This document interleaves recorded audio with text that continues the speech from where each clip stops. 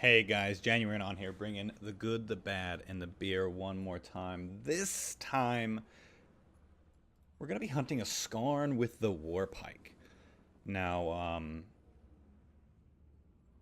a lot of people, it's not, forgive me for tripping on my words there. It's actually not as hard as people think. Um, with the piercing attacks, um, you can do quite a bit of damage by getting in between Skarn's rocks, and I'll show you how to do that. For this run, I'm going to be doing an acidic savagery build with some overpower, and I think a little bit of evasive fury. This is my bread and butter build. This is my I don't want to think, I just want to play build, even though this build does require thinking, so maybe this wasn't the best idea. Um, it requires you to have some pretty good positioning as you um, consider where you're at, what you're attacking, and what move you're doing. Because when you're using acidic savagery, you really want to be hitting a wounded part. Every time you're not hitting a wounded part that you're trying to wound, that is. So if you're just hitting to try and deal damage, you're not using almost half of your build.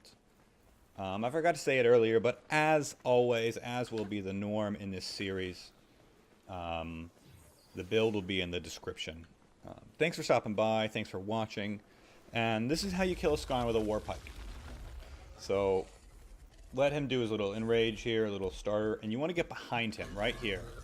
So from behind, you can actually hit in between his rocks and have very little problems getting damage off. It's not hard to interrupt with the WarPike whatsoever. It's actually really easy with the way that this behemoth operates. It was kind of stupid of me not to think I could get that interrupt. But yeah, as you can see, I'm not hitting his rocks here. You can weave your attacks in between the rocks with relative ease. And then the dodging that he does to get around is not difficult to avoid when you're already behind him. So it's a nice, easy way to do the fight. And you avoid a lot of the attacks that really give people problems, because these are the easier of the ones to stop anyway. And at least for now, you can almost keep him doing this for most of the fight. Now, the problem is you will not break many parts. So if you're still trying to get parts for a build or for gear or anything of the like, you're still going to need a hammer, because you're not going to get any of these rocks. Pretty much guaranteed. I might get a rock break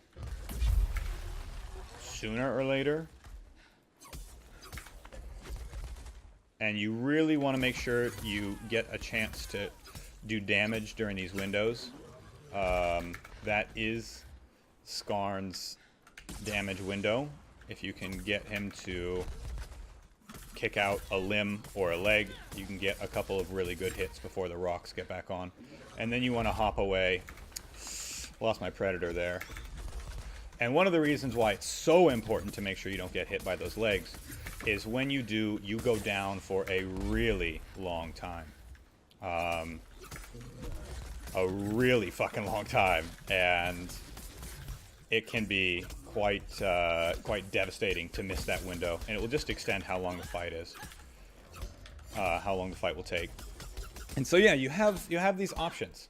And I'm certain this can be done with the sword. I've done it with the chain blades as well, and it's relatively easy.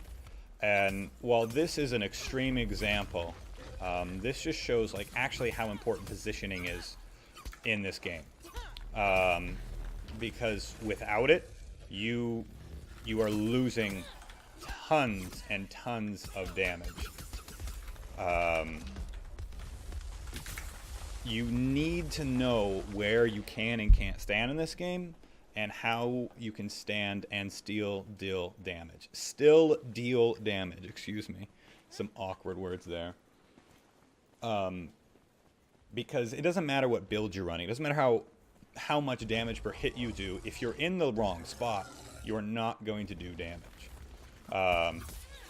And this fight right here is a great way of explaining that damage is always conditioned upon where you are. Builds only make up a part of it. Actually doing it is the other part. And what we're going to do is we're going to run away here because he's going to do his little attack. And then we need to jump in. And, ooh, that was a mistake. I should not have done that. So I messed up right there. That's a bummer.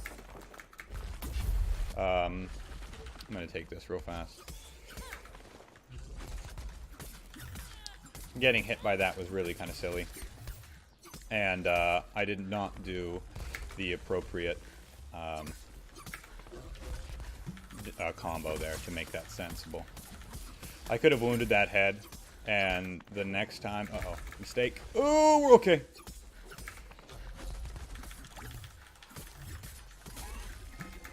So we got the tail, which is alright. We're going to actually move on to the head here and see if we can't get him to stick out his stupid head.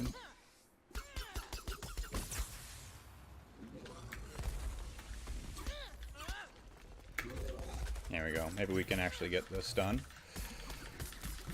Nope. So I'm going to go behind him again because there's just no real reason for me to be here. And so, like I said, I'm not doing a ton of damage, and this fight took a little while, but it's not that hard. Skarn actually doesn't have that much hit points. He just has the layer of rock on top of him. 6 minutes and 30 seconds with only targeting a few spots is not a very bad time. So I hope you guys really like this, and this is the best way that I could prove to you just how important positioning really is. If I had tried to be hitting his arms, if I've been trying to hitting his head more with the rocks there, this fight would take 20 minutes. And so just by understanding where to stand and how to get your damage in, you really change the way the fight works. My name's January Ombre, and the good, the bad, and the beer. If you have a build that you want me to try, put it in the comments, and I will happily try it and give you a shout out if it's dope. Don't do any troll builds because, you know, we all know how those work. So if you really want me to try something, I will. I'll see you in the next video and have a great day. Cheers.